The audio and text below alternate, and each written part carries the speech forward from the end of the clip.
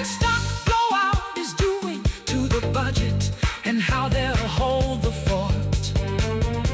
Marysville City Council is looking at its budget too. Staff's recommending adjustments at 6 p.m. on Tuesday. We'll have details for you. Dive into Yuba-Sutter, where the scheduled all surprise. See our local happenings here on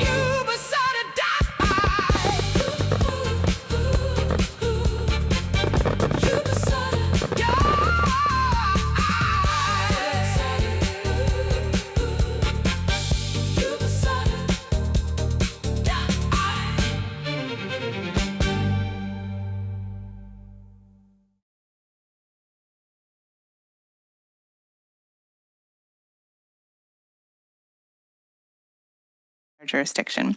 Public comment periods are limited to 3 minutes per person, and the total amount of time for public comment is 15 minutes.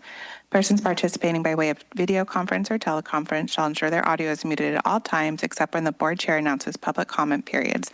At those designated times, members of the public wishing to speak shall enable their audio and state their name for the record.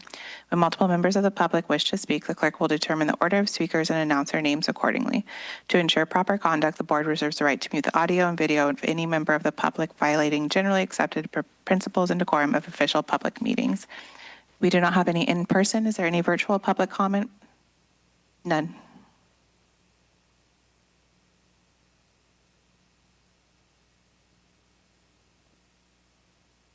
Through the chair. Move to approve. Second. All votes because of them.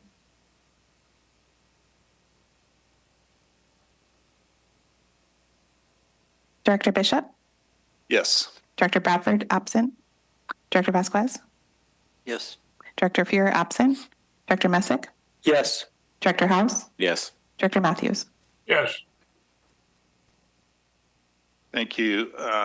Item 5, review of financial statements and details for General and Power Systems Fund through February 2026 and consider approval of an amended fiscal year 2026 budget. This matter was recommended to go to the board as a discussion item by the Administration Budget and Personnel Committee on March 31st, 2026, and Creighton is going to present. I'll go ahead and add a little intro here. Yes, we presented this to the ABP. There have been some revisions and corrections since the ABP meeting, and I'll just let the board know you will also see not only what you'll be considering today, the amended budget for the remainder of this fiscal year, so now until June 30th, but you'll also see some projections for the future 5 years. That's just for information only today, just so you can kind of see what we're up against with the Penstock incident. It does not include specific numbers for the Penstock recovery and replacement and repair or the duration of the Colgate generator outages. We will populate that hopefully following the draft forensics report we anticipate we'll receive sometime around August or September. So this is a presentation with this year's revised budget for a couple months and then information of the future years. Go ahead, Creighton. Yep. Let me go ahead and start with bringing up the difference here between the final and amended budget. No. You're okay. Thank you, though. Mandy's getting up to technically help me because I need help when it comes to moving things back and forth. But in front of you, you have the final and amended budget. What you're going to see here is a change more than anything in revenue. What we have now moving forward is a revenue. We have a budget deficit due to revenue. So moving forward, we knew that we were going to have large projects coming up into the future, like the tunnel outage, secondary spillway, and that we were going to be using our reserves. However, we will be using our reserves more because there is a lack of revenue coming in. And we also knew moving forward that revenue was going to go down just because of the markets. We've had a lot of discussion about that, right? Is that we've had the introductory of batteries that smoothed out some of the funds that we were getting in the CAISO market. In addition to that, we knew the bilateral market was coming down too. So if you look at the revenue number, the power systems revenue number for 04-05, You see that $217 million figure. Then the final budget at 159. We knew that decrease was going to happen over time. But then you look at the amended budget for 25, 26, now it's down to 122. And what's behind that is when we did do that, the final budget, is that we had budgeted for the Colgate units to be on in the spring and up to the end of the fiscal year. And what has changed, and this is the biggest change from the ABP, is that we've found out PG&E needs to be working on their distribution network, and they will be shutting down Narrows 2. So we have lowered the amount of revenue even more since the Penstock, since we've been to ABP to now, because of the work that they need to be done. So there was about a $7 million change from ABP to today. That change is reflected from the Narrows units mostly, and then some changes to balance a budget in some areas where work has been done. But that is the change for the members of the ABP to today. Any questions on that before we start moving forward?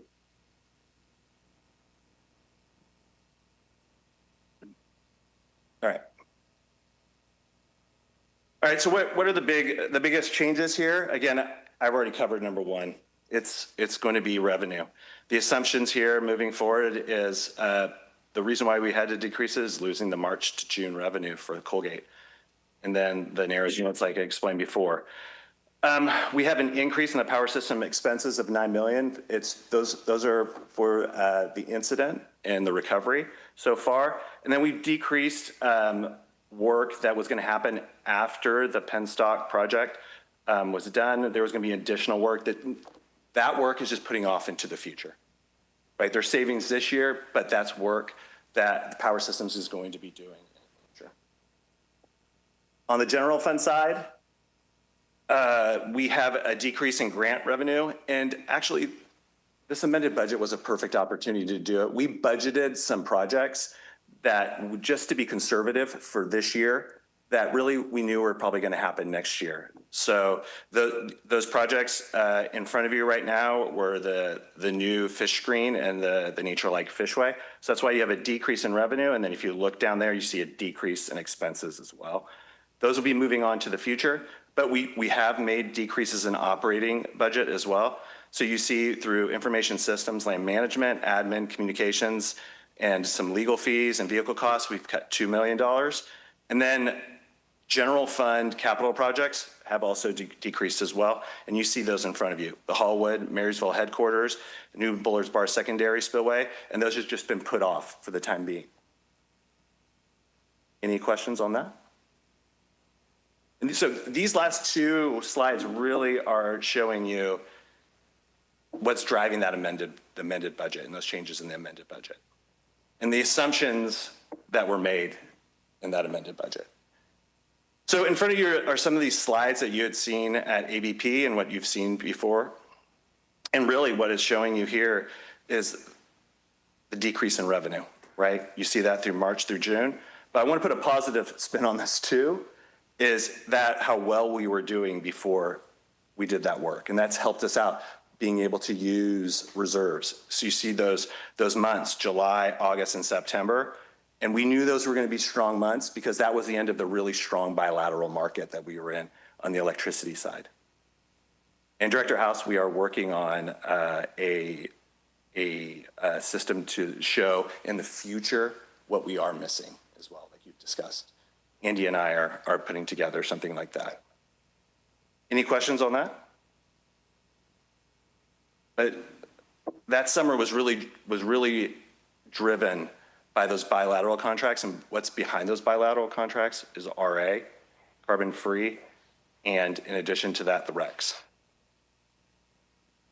We received a little bit of general fund money when it comes to small surface water transfers from DWR, and here shows accepting the money and in the distribution of the money out to our member units.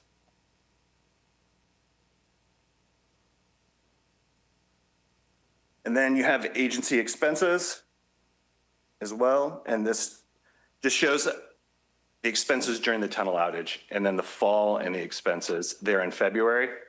as well. So we're seeing our expenses go down because the project had come to an end, but you see there in February, a lot of the recovery costs, and will we see that into the future as well?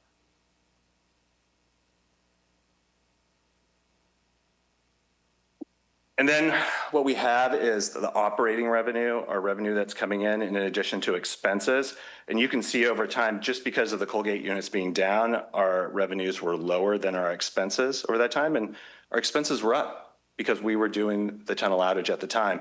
You will see a spike in January, and that is reflected in tunnel outage grant money that we were going to get from DWR. So we booked that in January.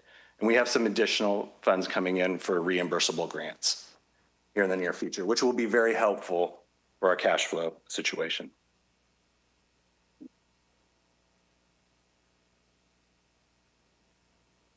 And then in addition to that, you have your routine expenses and expenses, so non-routine, so capital projects, also grants that are coming in from the Community Impact Grant. And as you can see, our routine expenses pretty in line. And even when revenues were down, pretty in line with revenue. So we're doing a good job there. So what it's showing you is really the expenses are being influenced by those capital projects and those dispersal of grants through the grant program. Any questions on that? If I had to sum up that one, we're keeping our operating expenses in line, but our expenses are really being drawn by those capital projects and those grants distributions. And here you go. This will give you a little bit more of a highlight on the grant distributions. Seen a little bit of an increase right there, and due to flood risk reduction disbursements, but people are coming in and getting the funds that they need.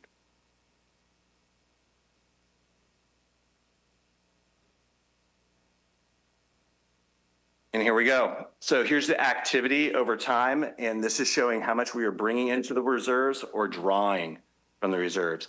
And one of the two other graphs that we had in the beginning of my presentation really focus on, we were bringing in reserves during those times, and the bilateral contracts were very strong for us. See the July, August, September, even October as well, but we had a plan to draw out of our reserves for these capital projects we have. So this has been part of the plan. However, what happened in February wasn't, but we're reacting to it. And moving forward, we will show that everything, we have a plan moving forward, and we have a 5-year to show you right now, to show you that plan. Mandy? Any questions on that? Great, and I just had a comment. I've tried to access the budget summary attachment a couple of times, and it just goes to an oops screen. Just throwing that out there. A couple of the attachments do. So is it this 5-year right here, or the summary I showed at the? Well, the presentation works, but I can't access the other ones. It might be on my end. We'll figure it out.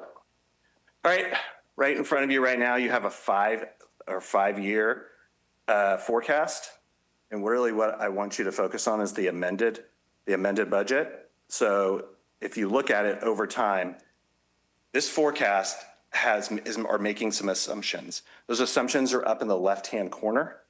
So the first assumption being made is that we will only bring in over this time period. So you see the different budgets in front of you, the 5 years, that we will only bring in around $12 million from Narrows.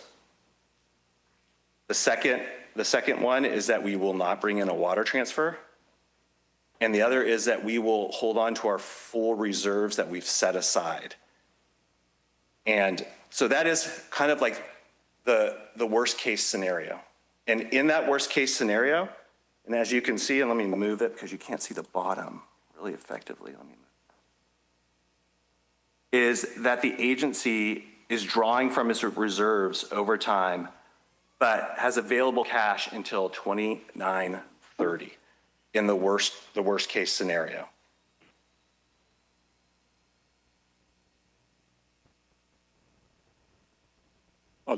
I want to question you, Creighton, or Yes. point out. We have no expenses in there for the actual repair. That's correct. Correct. That's correct. But, and on the other side of things, we also don't have any insurance money coming in or any FEMA money or any other money that may come in, right? So, and the reason for that being left out is just those variables were too big. Yeah, at that point. there's too much uncertainty on any of that. That's right. And so everything remaining the same moving forward, taking out those large variables, we wanted to show what a 5-year could look like. And I can toggle to make those variables look better there, but that's true. The bigger ones, which over time we'll figure out, and for lack of a better term, the bumpers come in a little bit more. We'll have a better idea to be able to put those into our 5-year forecast. Right. And then the other thing is the $183 million that we call the no-touch reserves. Maybe you or Willie could remind us Sure. Yeah, I have that too. But what that's for. Yeah. you want to go, Willie, or do you Yeah, want me? I'll go. Okay. Okay, so in my intro, I said we don't have the cost for repair and recovery from the Penstock incident, and we don't have a duration of outage, and that's reflected here. You can see the bottom line. The agency can keep its doors open for a few years without those expenses, but obviously we're going to have to undertake those expenses to get the Colgate units restored.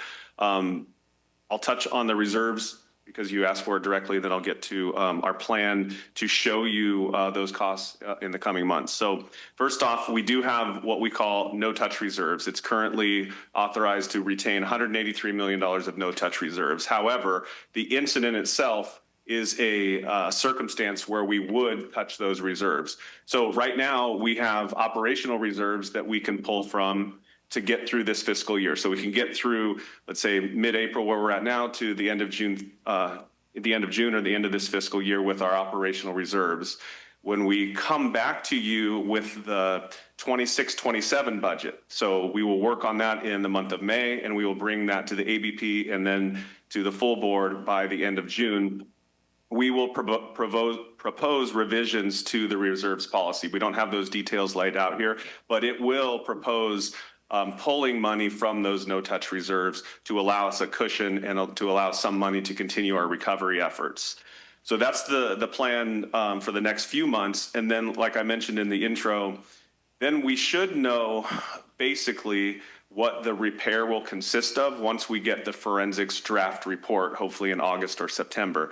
Then we can start populating estimated engineering and construction costs for the recovery, so cost of recovery, and we'll also be able to estimate the time, the total duration the Colgate units will be out of service, whether it's 1 year, 2 years, 3 years, or more. Then we can give you a bigger picture of this 5-year budget.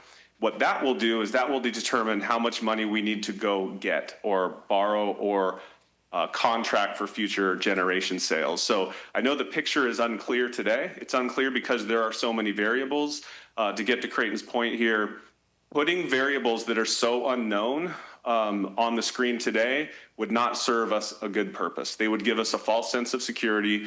So what we're going to do is we're going to populate those columns or those costs and durations probably around September.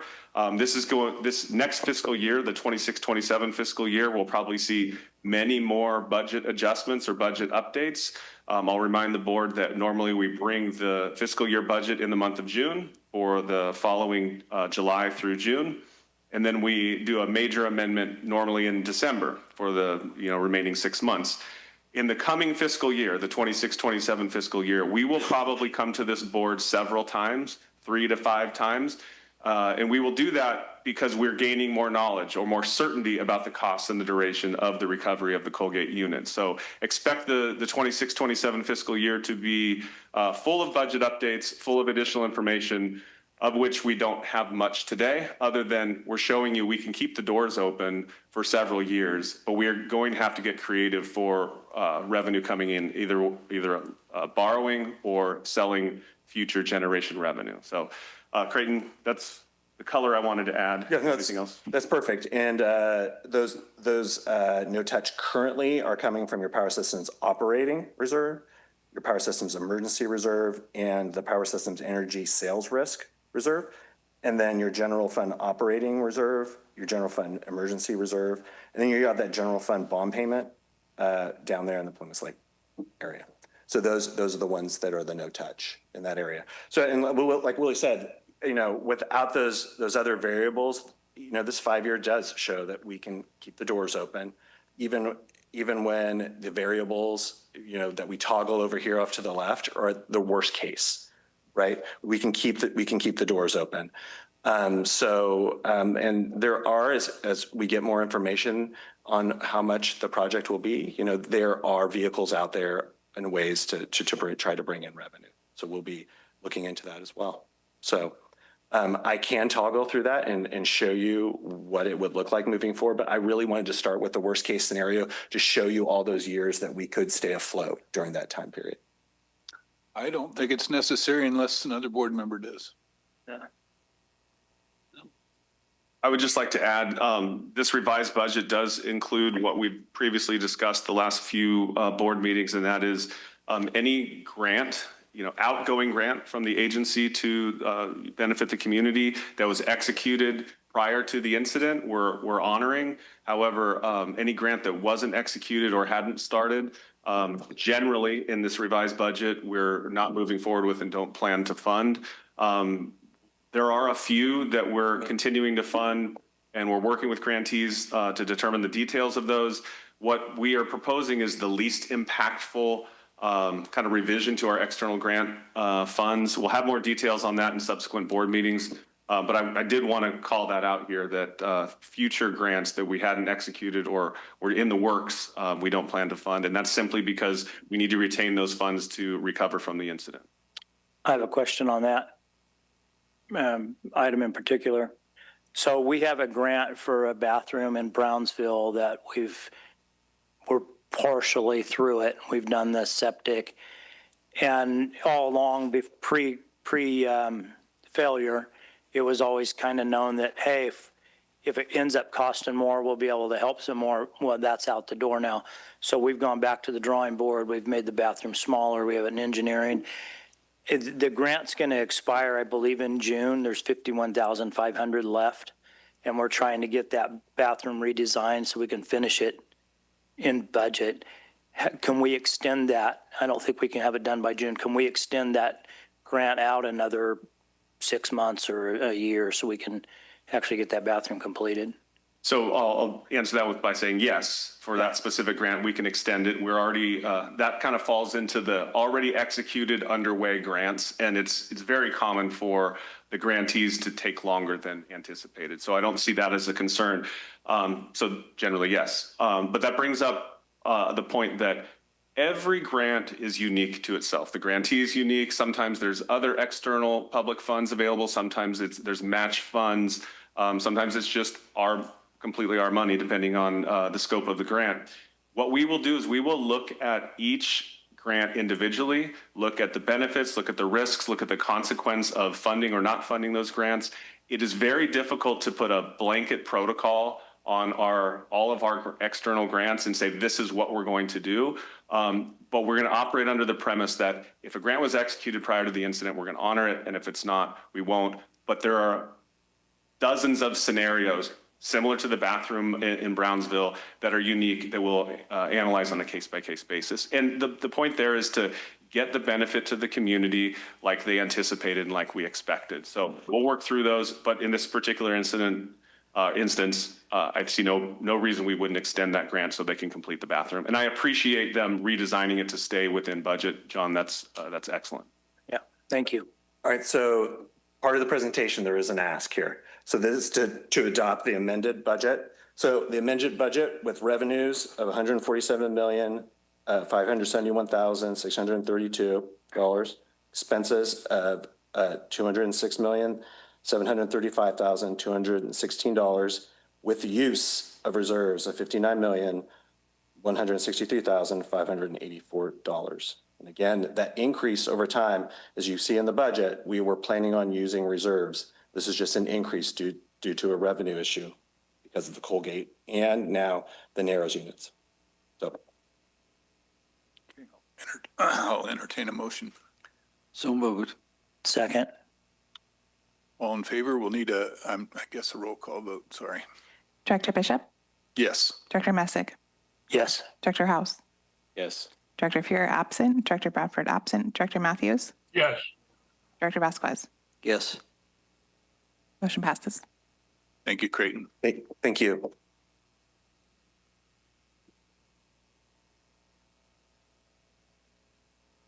Okay, item 6, Willie's going to give us an update regarding Yuba Local Agency Formation Commission personnel and funding. Yep. So last board meeting, I was asked to give an update on what the plan is for the LAFCO employee that runs through the agency. So this is just an update, no action on your guys' end. But in October of 2016, the agency contracted with LAFCO to help out with the LAFCO Deputy Executive Director. Basically, we agreed that the LAFCO Deputy Executive Director could be an employee of the agency and that we would assist in check writing services and other tasks that Executive Director or Deputy Executive Director takes on over time. The contract was for about 10 years. It expires this year, December 31st. We've been in discussions with the county to discuss the appropriate place for that person or that position to be housed. It's my thought that although we can legally contract with any public agency for these types of things, so it's legal to have that employee be an employee of Yuba Water Agency, it's based on policy and based on the agency's mission, primarily flood control and water supply, it's not the best fit for that person to be an employee of Yuba Water Agency. I feel it opens us up for land use policy and related policy issues in the county and that aren't relative to the Agency Act and the agency's mission. Again, it's not illegal, but it's not the best policy. In discussions with the county, we feel the appropriate place for that employee to be housed is at the county. So at the end of this agreement, at the end of December of this year, that position will become an employee of the Yuba County. We'll revert back to the county. I want to let you know, and if anyone's listening that's related to this scope of work at LAFCO, this is not a reflection on LAFCO's performance. Anything LAFCO, any policy decision LAFCO has made, it is simply a policy of the agency at my recommendation that that employee is housed in another more appropriate public entity. So again, at the end of this year, that employee will become an employee of the county, no longer an employee of the Yuba Water Agency. And when I say employee, I really mean the position. Again, this is no reflection on the individual employee. It's the position should be housed somewhere else. So that's, I think it was Director Vasquez that asked for this update. I'm happy to field any questions about that, but we have been coordinating with the county on this effort, and that's the current plan. Any questions from the board? Nope. Any question from the public? Okay, there's no action required on that item, so we're ready for the manager's report. All right, so New Bullard's Bar is about 54,000 acre feet from being full. We are encroached in the flood space with the permission of the Army Corps of Engineers. We have had a very unique hydrology year, periods of significant storms and inflow, and then periods of dry hydrology. The last couple of weeks have brought abnormal April precipitation. I think our normal precipitation is 4 inches in April, and I think we're going to, in the forecast, it looks like we're going to have 8 or more inches in April. So we have had some abnormal inflows. We have been spilling New Bullard's Bar significantly more than we thought if you would ask me a month ago. The snowpack is not great. I reported last board meeting it's the second lowest snowpack year. However, we did get a relatively cold storm last week, and we did add, it's difficult to call it snowpack. We did add some snow to the watershed. The reason I say that is normally you develop a snowpack and it's sustained, and it's its own kind of watershed-based reservoir. This snow that we got last week, came quick and will probably run off quickly. We're seeing that run off now. And this rain we're getting now, and potentially even more rain next week, is kind of making that snow run off. As per normal in April, we start seeing snow melt. So an abnormal water year, but the reservoir will be full. Like I reported last board meeting, it will be full about a month earlier than normal, and that's because of the less than normal snowpack. On the engineering side, the engineering team up in Power Systems continues to work on response and recovery to the incident. Road work continues, hill slope stabilization continues, and the forensics evaluation is well underway. And we will be contracting with an engineering firm this week for the design and repair of the penstock itself. So everything is, I would like to say it's going as planned, but it's going as planned since February 13th. The mechanical and electrical crews up there are primarily still focusing on, cleaning up the powerhouse, removing sediment and debris from the top of the powerhouse, literally scraping mud off the floor of the powerhouse and hauling it out in 55-gallon drums through the different levels of the powerhouse. I did get to visit the powerhouse yesterday. They're doing great. The morale is good. The work is daunting. I mean, it is just cleaning area by area, scraping up mud, testing circuits, testing equipment, drying things out, and trying to recover. This will take months. However, I don't think the powerhouse is going to be the critical path to recovery. I still think it is the penstock repair and replacement. Like I said, that's design is underway this week. The remaining work in the watershed continues. I mean, we still have, the surface of New Bullards Bar to clean up. We still have a water treatment plant to operate. We still have to coordinate the rec facilities with the Forest Service. We still have to operate, well, it was Narrows 1 and 2 until today, but now it's likely just Narrows 1 because Narrows 2 will be offline, as Creighton reported, due to some PG&E transmission work. But that work continues as normal. Narrows 1 did come offline today. It's not going to be a sustained outage. It is a transmission or PG&E induced outage. We are taking advantage of that outage today to replace the brushes on that unit. So that's opportunistic. On the HR side, we have no retirements, no hirings, but we do have 2 promotions. Elliot Peters was promoted to plant mechanic, and Joe Butcher was promoted to hydro maintenance worker with the water treatment plant D2T2 certificate. So that's excellent news for those employees. On the communications and community relations side, we got a little bit of coverage from some of the Sacramento media from a social media post we made marking the progress in recovery at Colgate 2 months after the incident. KFBK Radio, CBS 13, and Fox 40 News all covered the post in some way. We were also mentioned in the Christian Science Monitor as part of a story about forest restoration and fire risk for our investments in fire treatment. In community relations, on April 10th, I presented to the Oroville Dam Citizens Advisory Commission about our operations, and then spoke to the Central Valley Flood Protection Board about the Nature-like Fishway. Joanna Lassard then spoke about the Nature-like Fishway the following week to a group from Tykert and CIMA, the California Construction and Industrial Materials Association. Kayla Holmes served as a judge for the Lyndhurst FFA's Junior Shark Tank competition, and Bonnie Metler and Dee Dee Cordell supported the Lyndhurst FFA yesterday by offering feedback to them on their upcoming presentation for a state competition.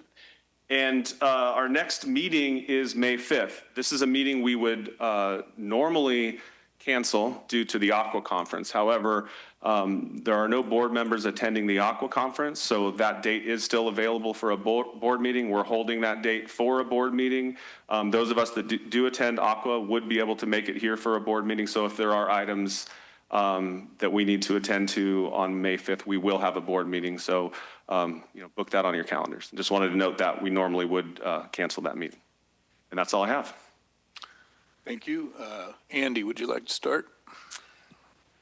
Yes, yesterday I attended the Yuba County History Museum second meeting, and it's just starting out on 4th Street there.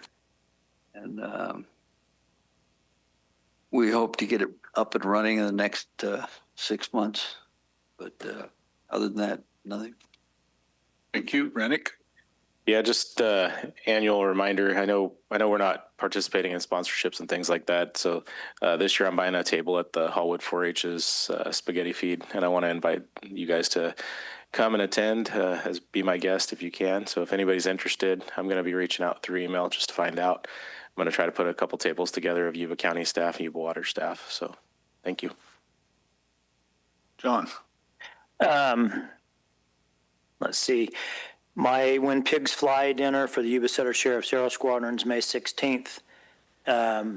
We really appreciate the support the water agency's given us the first 2 years, kind of getting us going and off our feet. We didn't come to and even ask for sponsorship this year. But I really, we'd like the support of anybody that wants to attend. It's a really good fundraising dinner for a great cause. And I really appreciate Dee Dee and Bonnie coming yesterday to help the Lyndhurst FFA speech team. We're going to be doing it again Thursday at 4. And it would be great if we could get this room filled. So if anybody can make it Thursday at 4. I've been helping them for a couple months now, and it's been challenging because we've had to keep switching times because it conflicts with other things. So Andy came yesterday. It had to leave before they got here. They got stuck in traffic getting here. So anyway, if anybody can make it Thursday at 4, I'll be right here in the board chambers. That's it. Thanks, John. My only thing I mentioned last time, a dinner that we were going to be hosting at the farm for the Yuba County Education Foundation, and a number of people in this room were there. Rennick, and I see Bonnie and Fallon and Mandy and Vanjie and Dee Dee and Sammy and Ryan. I think I covered everybody here that made it to the dinner. But the main reason I wanted to bring it up was it's just another example of water agency staff using their talents, and Dee Dee in particular, getting this foundation off the ground. And we had a really successful initial fundraiser. And the other thank you we owe, since Mike Felice is in the room, I definitely wanted to mention that we took that idea to the Yuba River Endowment really just as an idea, and they gave us a substantial donation and a board member. So it was really a mandate to make it happen. And so thanks, Mike, and please pass that on. We'll give you a report on how we did. I think we're going to do good things, and it was great to have a successful fundraiser to kick it off. So that's all we have. We're going to take a 10-minute. Oh, I'm sorry. Charlie. I have nothing to report. Okay. So we're going to take a 10-minute recess before closed session. And one of the closed session items is we're not going to discuss number 9. So it'll just be number 7 and 8. So 10 minutes, and then we'll reconvene in closed session. Recording stopped.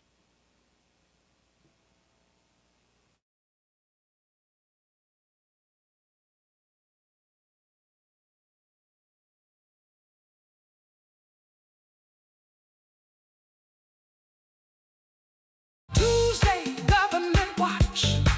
Yuba Water will report on what the Penstock blowout is doing to the budget and how they'll hold the fort. Marysville City Council is looking at its budget too. Staff's recommending adjustments at 6 p.m. on Tuesday. We'll have details for you. Dive into Yuba-Sutter, where the scheduled all surprise. See our local happenings here on